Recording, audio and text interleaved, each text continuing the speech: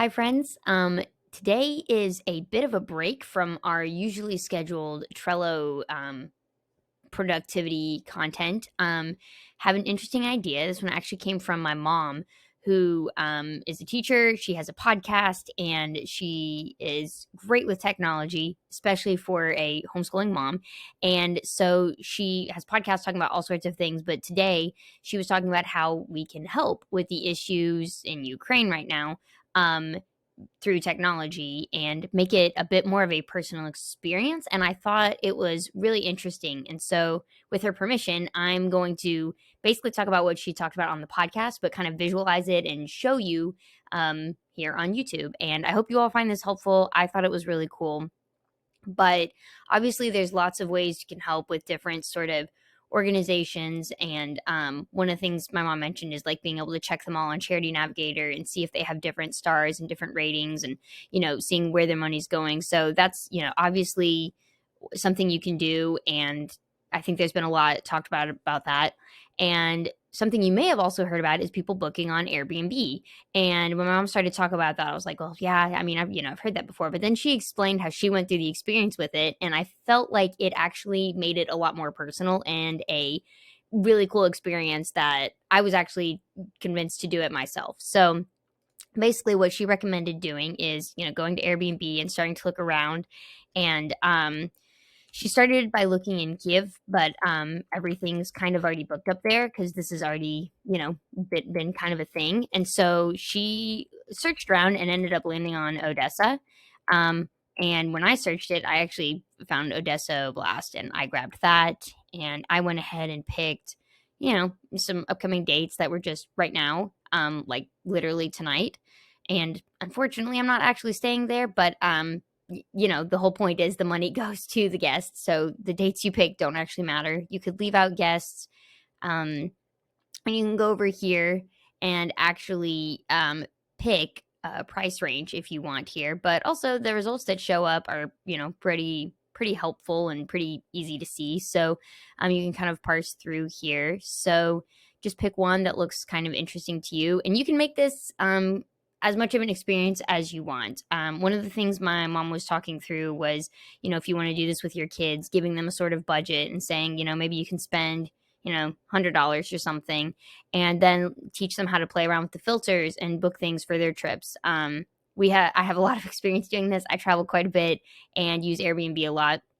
So I don't know that I necessarily needed the experience of getting more familiar with it. But if you wanted to try to incorporate travel in your life more, and you're like, I haven't really played around with it much, click around, look at some of these places and see, is this somewhere you'd want to stay if you were able to go in Ukraine? And you can practice looking around at like reading the reviews and checking for different stars. And that's one of the things my mom actually mentioned, is that she went ahead and picked ones that already had some reviews and over 4 stars. That way, she was supporting people who've actually been doing this.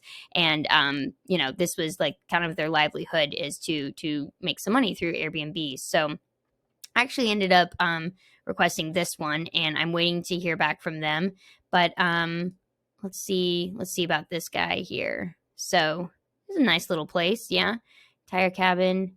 And so one of the things mom said is she went ahead and like made the reservation. Airbnb's waiving like all the service fees and like any additional fees with that, and giving more of the money to the host. So it's a great way to get money out there. And then after they confirm, if you've ever used Airbnb before, after you confirm a trip, you'll actually get to like message with your host. And so one of the things my mom was doing was able to go back and forth and message with the host. And so I'm waiting for them to confirm this reservation. And then, I'd love to, I can't pronounce their name. I'm sure I would butcher that, but I'd love to reach out to them and tell them, we're thinking about them, and, actually meet someone in Ukraine, because I don't know anybody that's specifically over there. And it'd be interesting to chat with this person and see, like, are they still there? Were they able to get out? And learn a little bit more about them. So I'm looking forward to doing that, and hope that kind of can help the experience be a little bit more cool for you as well. And it's not just,